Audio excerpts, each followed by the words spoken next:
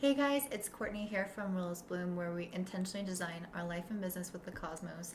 And today I'm going to talk to you guys about the Scorpio New Moon, which is happening on the night of October 14th, and it's going to be happening at 23 degrees of Scorpio. So, as always, I highly recommend pulling up your own birth chart and locating where 23 degrees of Scorpio is. For example, I know that I have Pluto at 23 degrees of Scorpio, so this moon is going to be exactly conjunct my natal Pluto, which is going to affect or change the way that this new moon changes me or affects me. So it's really helpful to know that. All right, so let's go ahead and talk about what we can expect from this new moon. First of all, I just wanted to say that this new moon is conjunct an asteroid called Juno. And Juno is a marriage asteroid, but it really represents our devotion to something. And devotion, I guess, past the point of sanity almost. Like you're so devoted to it that it doesn't necessarily matter if it's hurting you or helping you, you're in it. And so I feel like this energy already with Scorpio, which is a very ambitious sign, combined with Juno, is telling us to give ourselves fully over to our ambitions or our dreams or our goals. So, whatever it is in your life that you have been wanting to make progress with and haven't necessarily made that progress lately, this is your chance. Mars is just now moving direct, and the day after it moves direct, we have this new moon coming in and saying, this is a time to plant the seed of intention of the actions that you want to take to move forward to strive towards your goals. This new moon is going to be very, very positive. And just make sure that you stay tuned to your rising sign. And you can always find the links in the description. But I'll give you guys what that's going to look like specifically for you, and then, of course, the overall energy. So, as I was mentioning, this new moon is looking really, really positive, which is something that I feel like we have needed for a long time. Scorpio is inherently a more challenging sign. It requires more out of us. And so there are going to be some elements there where we're going to have to move through shadows and really believe in ourselves in order for that ambition to get us somewhere.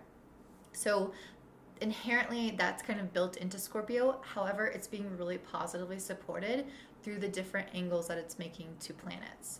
First of all, it's making a sextile to Jupiter, Saturn, Pluto, and the asteroid Pallas Athena.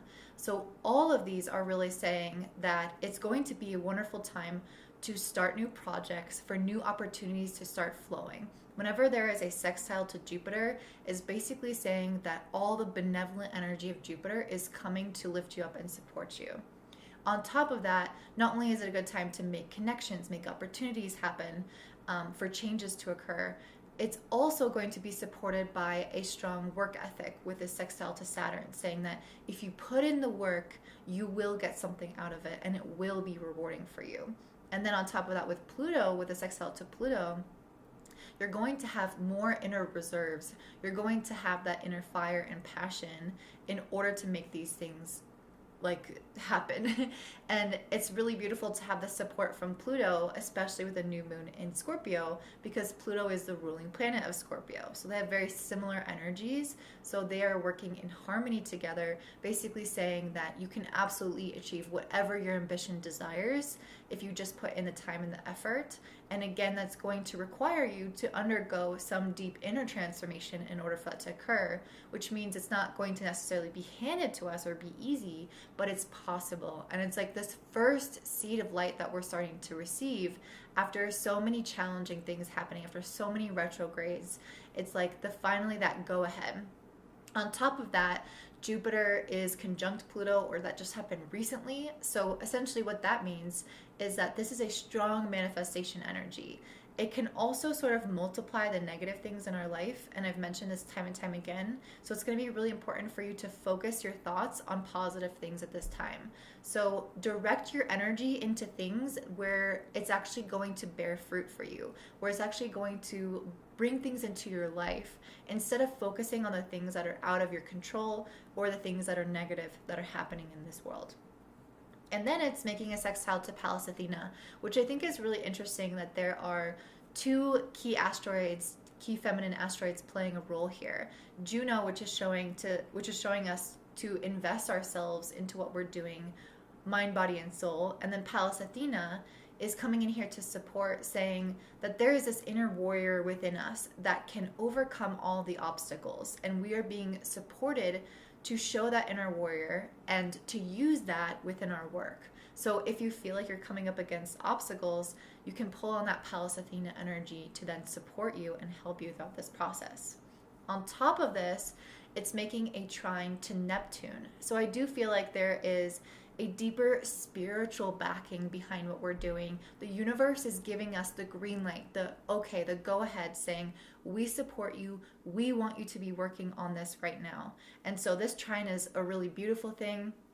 At the same time, sometimes trines to Neptune can make us feel like a little bit lazier, but I feel like with all the other energy, it's more of a spiritual aspect rather than, an aspect of laziness. So I would say take the time to meditate, take the time to ground yourself and ensure that the action that you are moving forward with is something that feels spiritually aligned, because I don't think you will actually be able to last throughout all the challenges unless you are spiritually aligned with that path.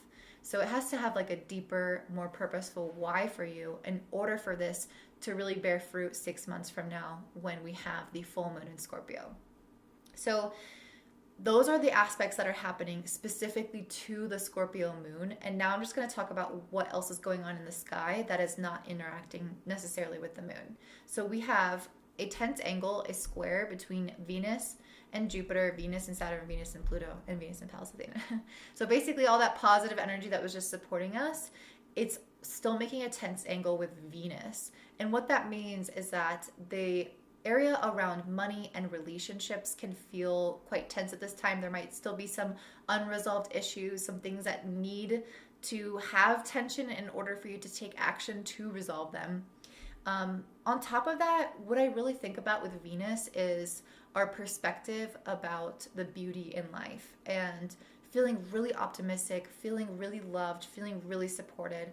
And while I do think that this moon is supporting us, I also think that we won't necessarily feel like this light and fluffy feeling around this this new moon.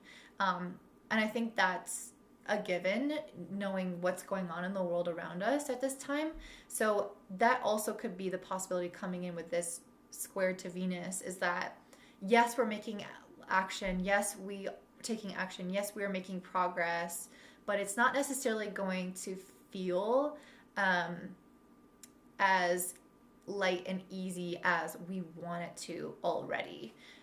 The other aspect of this, if we take it kind of bit by bit and look at each square, which I wouldn't necessarily recommend because you want to look at the whole picture, but some of these keywords can kind of fit together to create a whole picture. So I'm going to break it down for you anyway. So when we have a Venus squared to Jupiter, this can often represent, again, like this like laziness, because Venus is us enjoying things in our life, and so is Jupiter. And so when these are making a conversation with each other, we don't necessarily always have like the stamina to desire hard work to make things happen. So that's a possibility that we might have to overcome. We've had this like months of stagnation with Mars retrograde that we might have to like kick things into high gear, but we've already kind of developed this habit of taking things a little bit easier or doing things a little bit slower and things not progressing. So that shift into a different gear might jolt us a little bit, and this square might be challenging us in that way to make that shift or make that progress. Venus making a square to Saturn can make us feel less harmonious within our relationships. So it can make us feel disheartened about the people in our lives. It can make us feel lonely or like we are further distanced from those that we love. And I think that makes a lot of sense given what's happening with the election. I think a lot of people are celebrating and a lot of people are saddened by that. And so there is this discord that is happening already. So that Venus square Saturn makes a lot of sense. However, this energy obviously will be moving quickly past. It's not going to be hanging out there forever. And then Venus square Pluto, this can bring some toxicity coming up through relationships.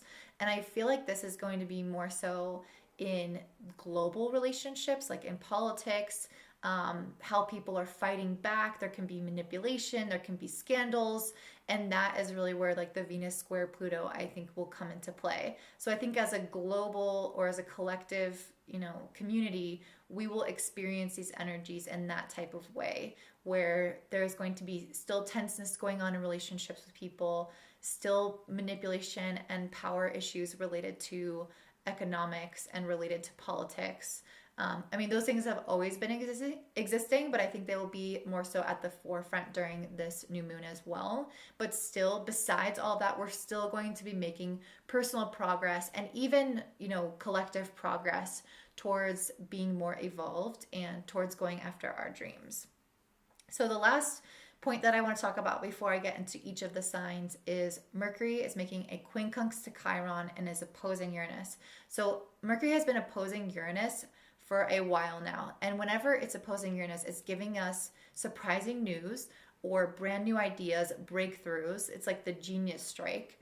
But again, it can also be surprising news, unexpected things, or I guess like a way of viewing things or new insights that come in that kind of jolt you.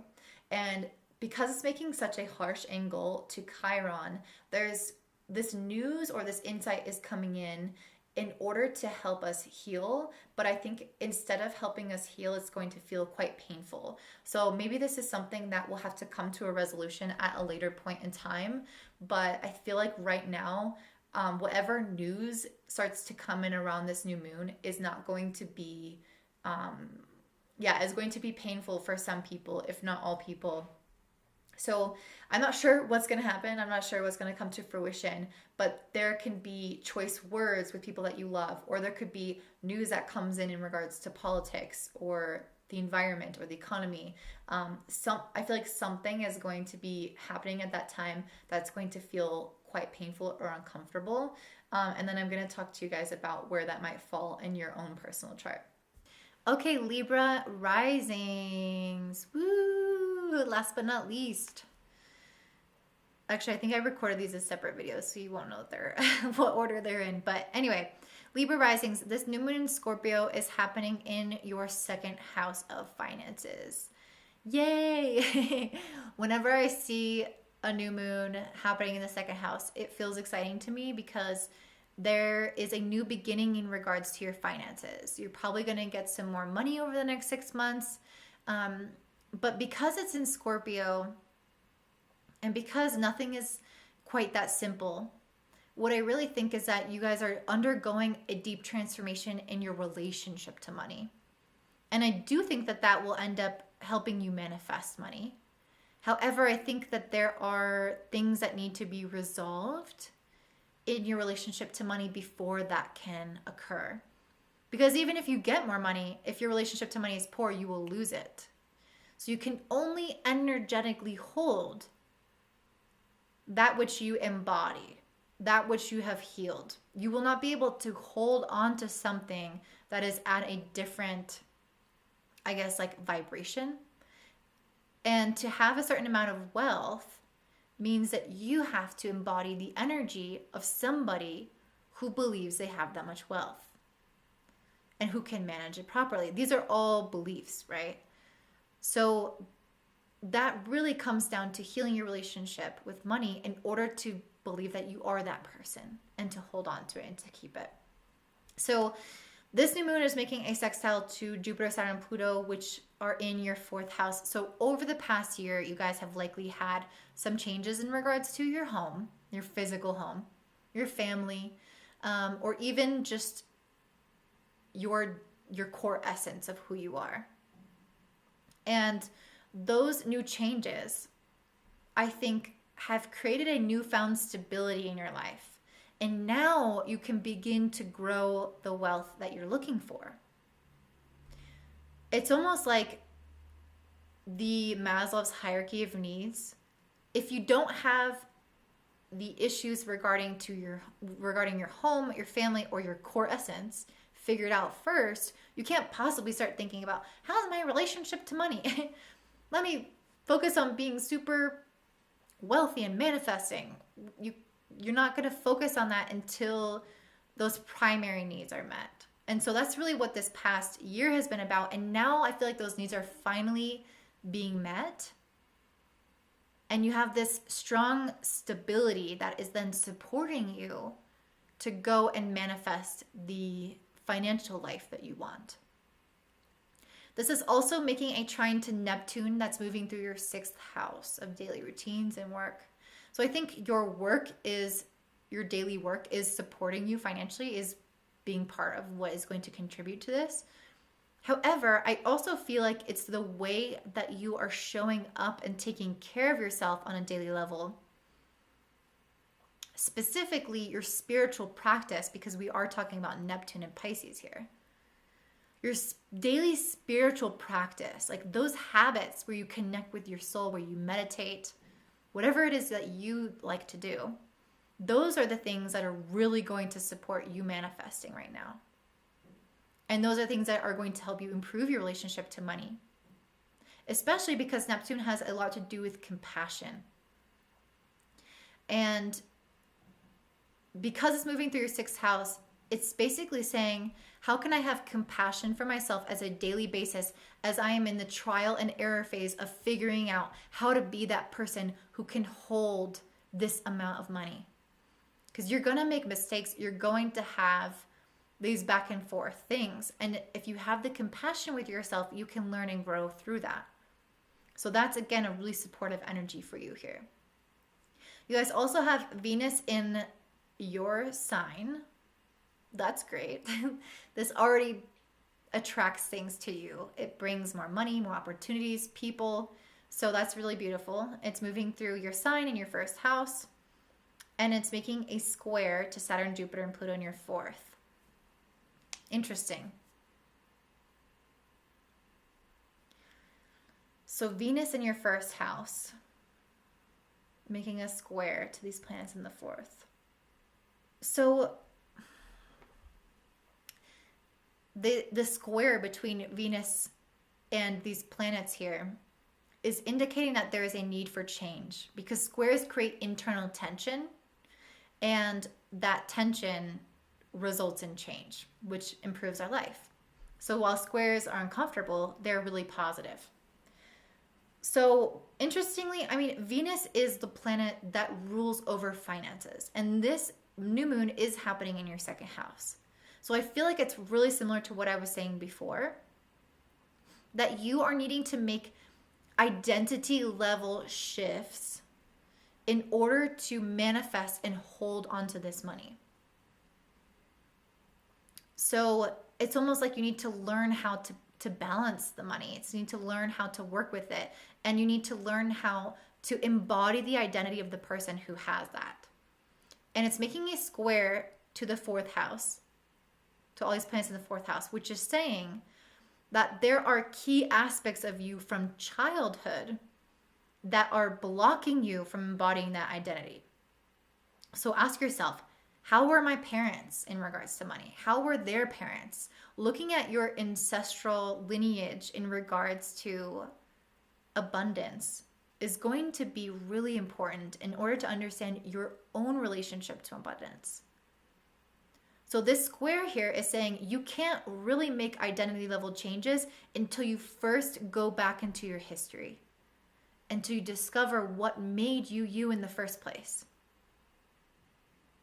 And then as you do that, you will begin to discover what needs to change. And then you can make those shifts, and then you can manifest the money and hold on to it. Lastly, you guys have Mercury moving through your 2nd house, and it's opposing Uranus in the 8th. So there is going to be this interesting play between saving, spending, debt, income, my money, their money. These are some topics that are going to come up right now.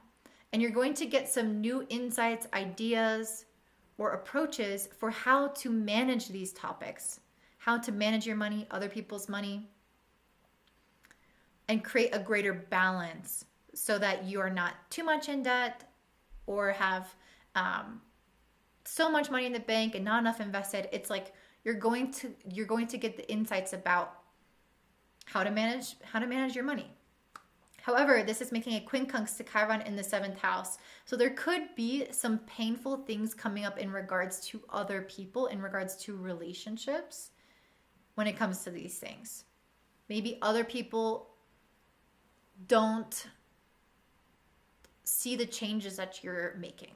Maybe your relationship or your partnership and the money that you share is causing conflict. There is something in regards to other people that is inserting a little bit of pain into this situation of you finally trying to balance your money out in a way that feels really empowering.